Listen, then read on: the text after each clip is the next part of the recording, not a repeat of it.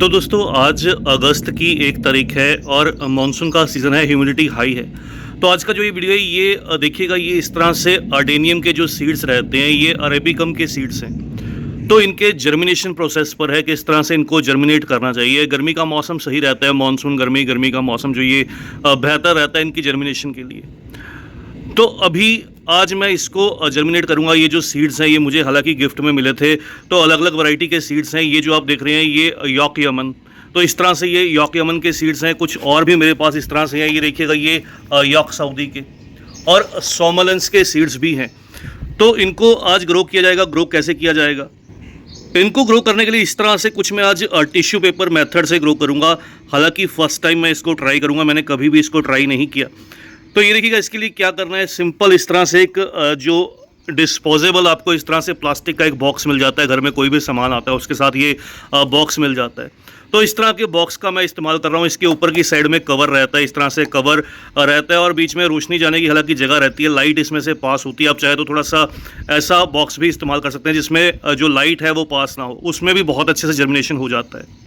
इसके अलावा हमें नॉर्मल टिश्यू पेपर चाहिए होता है जो हम घर में रोज़ाना यूज़ करते हैं। इसका इस्तेमाल किया जाएगा। नॉर्मल क्वालिटी का है, थोड़ा सा इससे हैवी भी ले सकते हैं, कुछ मैंने हैवी भी लिया है। तो बहुत ज़्यादा थिक मत लीजिएगा, उसमें कई बार जो जर्मिनेशन के बाद जो कह लीजिए कि बेबी प्लांट्स हैं वो अच्छे से ग्रो नहीं कर पाते। तो नॉर्मल टिश्यू पेपर है। सबसे पहले देखिए मैंने बेस के अंदर इस तरह से टिश्यू पेपर को जो है वो लगा दिया है। तो इस तरह से लगा लीजिएगा। उसके बाद एक्चुअली में मुझे यहाँ पर 3 डिफरेंट वैरायटी के जो सीड्स हैं वो ग्रो करने, इसलिए मैंने यहाँ पर बीच में क्या किया है, इसको डिवाइड करने के लिए इस तरह से जो झाड़ू का टीला रहता है उसको तोड़ लिया है और इसको इस तरह से बीच में जो है वो लगा दिया है। तो ये प्रोसीजर है जो किया गया है। और इसके बाद का जो प्रोसेस है वो आपके साथ शेयर करता हूँ कि इस तरह से हमें जो जर्मिनेशन है उसके लिए प्रोसेस जो है वो करना है। फिर हमें जो काम करना है वो करना है कि टिश्यू पेपर को थोड़ा सा गीला कर लेना है। इसके लिए नॉर्मल नल का पानी लिया है, इस स्प्रे बोतल में डाल लिया। थोड़ा सा साथ में चाहिए फंगीसाइड।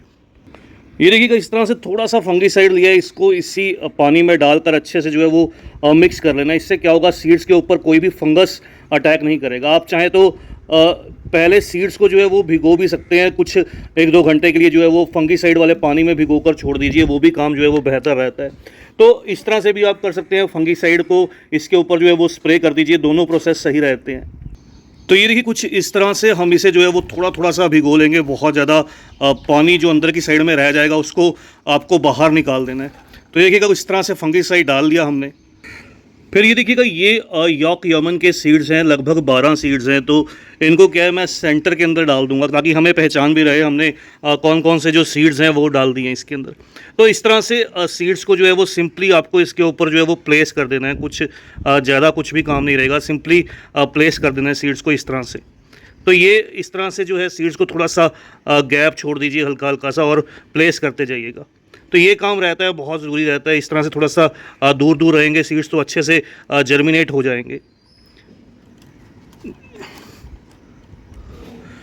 तो ये देखिएगा, हमने इनको जो है वो थोड़ा दूर दूर प्लेस कर दिया है।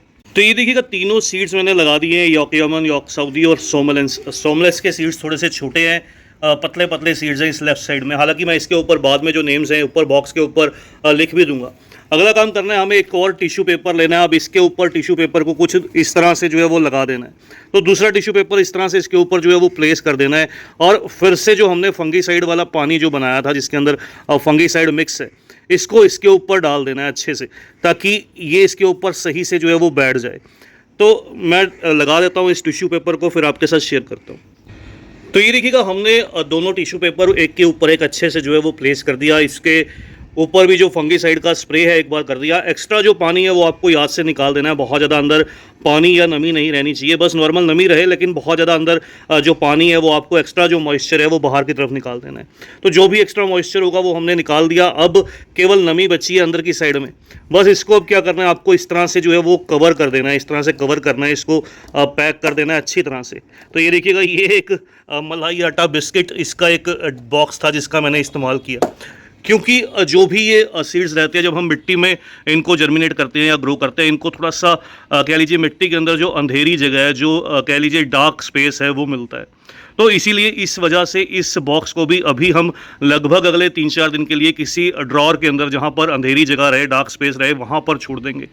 बस ऐसा करके इसको छोड़ देना है और फिर जो रिज़ल्ट आएगा वो आपके साथ जो है वो जल्द शेयर करूँगा। बस ये याद रखिएगा, जब भी आप सीड लगाते हैं तो आपको हमेशा जो भी वैरायटी के जो भी आपने सीड ग्रो किए उनका नेम जो है आपको याद रखना है। तो मैं इसी बॉक्स के नीचे की साइड में इस पेपर को जो है वो प्लेस कर दूंगा ताकि याद रह जाए कौन कौन से सीड्स किस किस जगह पर है। हालांकि बहुत सिंपल है। सेंटर में जो सीड लगाए हैं वो यॉर्क यमन के हैं, ये 12 सीड हैं। इस तरफ जो लगाए हैं यॉर्क सऊदी के हैं, वो 6 सीड हैं। तो डिफरेंस क्लियर है। और ये जो सोमलेंस के सीड्स हैं ये बहुत छोटे हैं, ये भी 6 ही सीड्स हैं। तो देखेंगे कितने % जो जर्मिनेशन है वो निकल कर आता है। इसके अलावा ये जो छोटे वाला बॉक्स है इसके अंदर मैं क्या है, इस तरह से ये मेरे पास 12 सीड्स हैं और ये भी अरेबिकम के हैं, लेकिन ये जो आइडेंटिफिकेशन है वो नहीं पता, कौन सी वैरायटी है क्या है ये नहीं पता। तो ये आरा जियो के कह सकते हैं आप इसको, आरा जियो की वैरायटी है। तो इसको मैं इसके अंदर सेम प्रोसीजर से जो है वो ग्रो कर दूंगा, फिर जल्द आपके साथ जो रिजल्ट रहेगा 4-5 दिन के बाद वो शेयर करूंगा। तो ये देखिएगा दोनों जो बॉक्सेस हैं वो हमारे रेडी हैं। इसके अंदर मैंने जो ये 12 सीड्स हैं जो मैं कह रहा हूँ अननोन वैरायटी है वो लगा दी हैं छोटे बॉक्स में। और इस वाले बॉक्स में जैसे मैंने बताया 3 वैरायटीज़ हैं वो लगा दी हैं। अब इसको प्लेस कहाँ करना चलिए वो भी देख लेते हैं। तो ये देखिए जी, इस तरह से अभी के लिए मैं इसको, जो हमें बॉक्स आया था जिसमें हमारे पास पौधे आए थे ऑनलाइन, इसी एक बॉक्स के अंदर इसको जो है वो प्लेस करने वाला हूँ। इसको इस तरह से जो है वो क्लोज़ कर दूँगा और लगभग 2-3 दिन के बाद इसको चेक किया जाएगा क्या रिस्पांस है, किस तरह से जो प्लांट्स हैं वो ग्रो किए नहीं किए। तो आप सिंपली इसको किसी ड्रॉअर के अंदर रख दीजिएगा, वो भी बहुत बेहतर रहता है। इस तरह से भी रख सकते हैं। तो यहाँ पर क्या है, अंदर अंधेरा रहेगा, मॉइस्चर बना रहेगा और ये बहुत अच्छे से उम्मीद है कि ग्रो कर जाएंगे। और जाने से पहले ये देखिएगा, जो भी हमने जो प्लांट्स हैं वो ग्रो किए थे आज से कुछ दिन पहले, कुछ 4-5 दिन पहले कह लीजिए, और उनका ये रिज़ल्ट है। इस तरह से जो नई शूट्स हैं अब निकलना स्टार्ट हो चुकी हैं। ये मैंने कुछ सीडलिंग्स जो हैं वो ग्रो की थी। तो ये रैम्बो की सीडलिंग्स हैं, मैंने बताया भी था। ये देखिएगा इसमें भी जो नई नई शूट्स हैं वो निकलने लगी हैं। तो सभी स्वस्थ हैं, बहुत अच्छे से जो नई प्लांट्स में ग्रोथ है वो निकल कर आई है।